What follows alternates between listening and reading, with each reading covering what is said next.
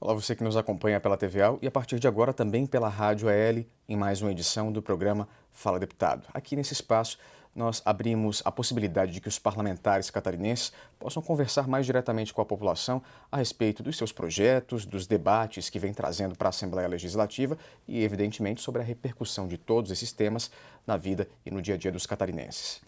Nosso programa de hoje, o bate-papo será com o deputado Silvio Dreveck, do PP, ele é líder do governo na Assembleia Legislativa e tem aí pela frente alguns desafios, considerando que temos projetos de origem governamental em tramitação no Legislativo catarinense e que devem causar bastante discussão nessa reta final. Tudo bem, deputado? Tudo bem, tudo bem. Prazer recebê-lo aqui. Prazer é todo meu. Deputado, falando sobre os projetos especificamente do governo que já estão em tramitação aqui na Assembleia Legislativa, temos aí prestes a ser votado o projeto que transforma as Secretarias de Desenvolvimento Regional em agências. Um projeto que veio particionado dentro de uma proposta maior de mudança do modelo de gestão que nós temos hoje em Santa Catarina e que, em certa medida, sofreu críticas também em função de ter sido uma redução menor do que aquela que se esperava. Como é que o senhor vê essa redução proposta pelo governo? Na verdade, esse projeto de lei que transforma as secretarias regionais em agências, além disso, faz uma extinção de cargos, de 242 cargos, entre comissionados e gerentes, e, além disso, determina as atividades das agências regionais. Criou polêmica porque existem ideias, e algumas não são ideias, mas propostas de toda a ordem. Algumas propostas de extinção das secretarias regionais, outras de transformação em corporação administrativa, outras propostas em administração de regiões metropolitanas e outras através das associações de municípios. Portanto, se nós fosse para satisfazer o desejo de cada parlamentar ou de grupo de parlamentares, certamente que não chegaríamos a um determinado desejo comum. Vale ressaltar que, primeiro, qualquer iniciativa parlamentar de proposta, de projeto de lei, de emenda, no que diz respeito à criação de cargos, extinção de cargos, criação de secretarias ou extinção de secretarias ou transformação, é inconstitucional, tanto da Constituição Federal quanto da estadual. É uma prerrogativa do governo. É uma prerrogativa do governo, do executivo. Então, por mais que nós tivéssemos o desejo de fazer qualquer transformação, como eu também tenho o desejo, se dependesse de mim, era pela extinção total, ou talvez uma secretaria no oeste catarinense, com autonomia financeira, assim como tem outros parlamentares que também pensam assim. No entanto, o que nós temos agora é uma proposta de redução de uma grande regional, uma secretaria regional da Grande Florianópolis e a transformação das regionais em agências, tornando menos burocracia para as administrações locais, ou seja, para as prefeituras, reduzindo o custo para a população catarinense na ordem de 5 milhões anuais. Então, o que eu quero dizer com isso? Quando não dá para fazer o impossível, vamos fazer o possível. É um grande avanço no sentido de reduzir o custo para a população catarinense e nós estamos defendendo o projeto original do governo e que deve ser deliberado nos próximos dias aqui na Assembleia Legislativa. Uma das críticas pontuais das regiões que hoje têm secretarias de desenvolvimento regional é que se chegou a um determinado ponto da descentralização em que os municípios e as regiões tinham um pouco mais de autonomia para fazer algumas definições. O senhor vê que isso possa ser prejudicado com essa transformação das SDRs em agências?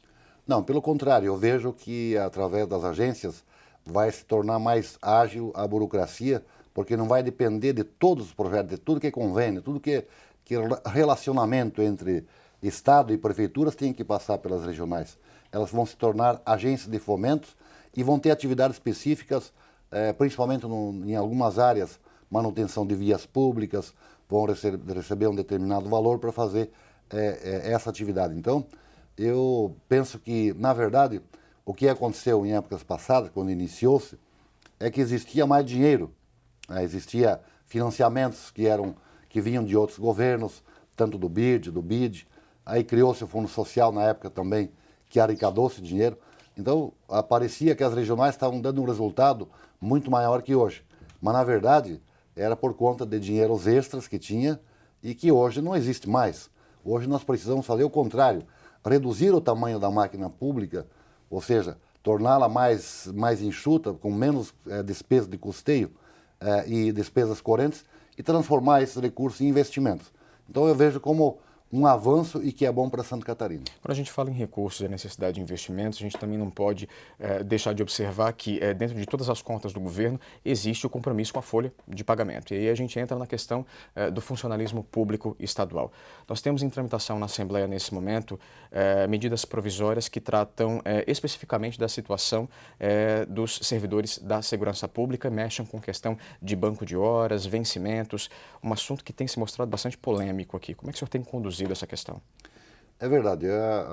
São 3 medidas provisórias da segurança pública, uma relacionada à Polícia Militar, outra à Polícia Civil, Bombeiros, IGP. E tudo o que vem aqui na Assembleia que tem relação com o servidor sempre dá polêmica. Mas, no caso específico dessas medidas provisórias, elas estão regulamentando uma situação que o Estado via um conflito entre a atividade de segurança, principalmente no campo da Polícia Militar, por conta de horas extras que passava do limite e ações judiciais, etc. Então houve um acordo, inicialmente um acordo para se transformar todas essas horas extras, na verdade, numa indenização, e é o que foi feito. E esta indenização, por outro lado, também ela tem outro objetivo, que é valorizar aquele profissional que está em atividade, aquele que não está ausente do trabalho, aquele que não pega licença. Então, foi feito isso na época. No entanto, como não foi regulamentado, esta indenização estava valendo para todos, para aqueles que estavam em atividade, para aqueles que não estavam. Tinha, infelizmente, até policial que estava preso, estava recebendo. Então, não tinha cabimento. Essas medidas provisórias eram para regulamentar, ou seja, estabelece a indenização que corresponde àquelas horas extras, portanto, não vai ter mais horas extras, e no projeto, na medida provisória original, não estava contemplado, por exemplo, o 13º, que as classes reivindicaram, que foi atendida. O salário maternidade, que não estava contemplado com a indenização, foi contemplado. As doenças graves também foi contemplado através de emendas. Formação também foi contemplado, deslocamento. Então houve um grande avanço. Mas mesmo assim ela gera polêmica. E nós temos que ter a consciência e a responsabilidade de que se o Estado não tomar medidas, não adotar ajustes com relação a todas as suas despesas de custeio e de folha de pagamento, nós não vamos conseguir mais contratar policial militar, nem polícia civil, nem bombeiros. Por quê? Porque a folha de pagamento chegou no limite. Então, tudo o que se pode fazer é o que a lei permite. A partir do momento que a lei não permite, não se pode cometer ato de improbidade administrativa ou outras atitudes que possam dar problemas no campo administrativo e comprometendo, inclusive, a situação do Estado de Santa Catarina. Então, por mais polêmica que sejam as medidas provisórias, na grande maioria foi ajustado. Existe ainda insatisfações de parcela dos servidores da segurança, mas nós temos que tomar a decisão e fazer aquilo que a grande maioria vai ser beneficiado, não prejudicando o servidor, porque nenhum servidor será prejudicado, mas ao mesmo tempo também legislando a favor da população catarinense. Outro ponto delicado dentro dessa discussão, deputado, é a questão da carga horária também desses profissionais, né? As escalas de 24 por 48, enfim, se criou um grande debate em função também desse regramento. É verdade, o desejo do governo do Estado é não manter essa escala de 24 por 48, porque isso tem um excesso, vamos dizer assim, de horas no mesmo dia ou na sequência daquele mesmo dia. O desejo do Estado era chamar os policiais que fizeram concurso, que estão preparados para assumir, agora em novembro. Diante dessa situação financeira e econômica que o Brasil passa, e que Santa Catarina também não é diferente, resolveu de não chamá-los apenas no ano que vem, por conta do comprometimento da folha. E, via de regra, para atender os municípios, atender a população, o secretário baixou um decreto, fazendo uma escala de 24 por 48 em apenas 102 municípios, e municípios pequenos, que não envolve o grande volume, vamos dizer, da atividade da polícia por conta da criminalidade e outras atividades que que é inerente à polícia, e apenas até o dia 30 de novembro. Então, o próprio Estado não deseja continuar com essa escala de horário, mas é uma questão emergencial que sempre ocorreu. E tem a Polícia Rodoviária Estadual, que também é uma outra situação. Tem, às vezes, municípios que o próprio policial solicita para fazer uma escala de 24 por 48, quando ele está mais distante. Mas, na grande maioria, vai se manter a escala menor, que é 12 por 24, e essa de 24 por 48 é emergencial e não vai ser dada sequência. Um assunto que provavelmente ainda vai gerar bastante discussão aqui na casa, assim como o plano de previdência complementar, né, deputado? Como é que o senhor vê a reação dos servidores estaduais, especialmente aqueles que estão aguardando serem chamados em concursos nos quais já foram aprovados, considerando esse novo regramento do plano de previdência que cria uma regra diferente em relação àqueles que já estão atuando no serviço público? Pois bem, é um projeto aparentemente polêmico, mas na verdade nós precisamos entender e, ao mesmo tempo, ter a compreensão de que se o Estado não fizer algo, se não fizer alguma coisa para dar segurança aos atuais servidores e para os futuros servidores, esse modelo que está aí não tem sustentação. Ou seja, para se ter uma ideia, dos funcionários, melhor, dos servidores hoje que estão aposentados e que estão recebendo pensão, do que a Previdência atual arrecada e do que se paga, a diferença este ano vai chegar a 3 bilhões de reais. É muito dinheiro.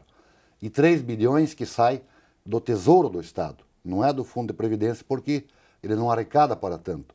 O Estado já está pagando 22% da folha de pagamento para os servidores atuais. Os servidores atuais estão pagando 11%.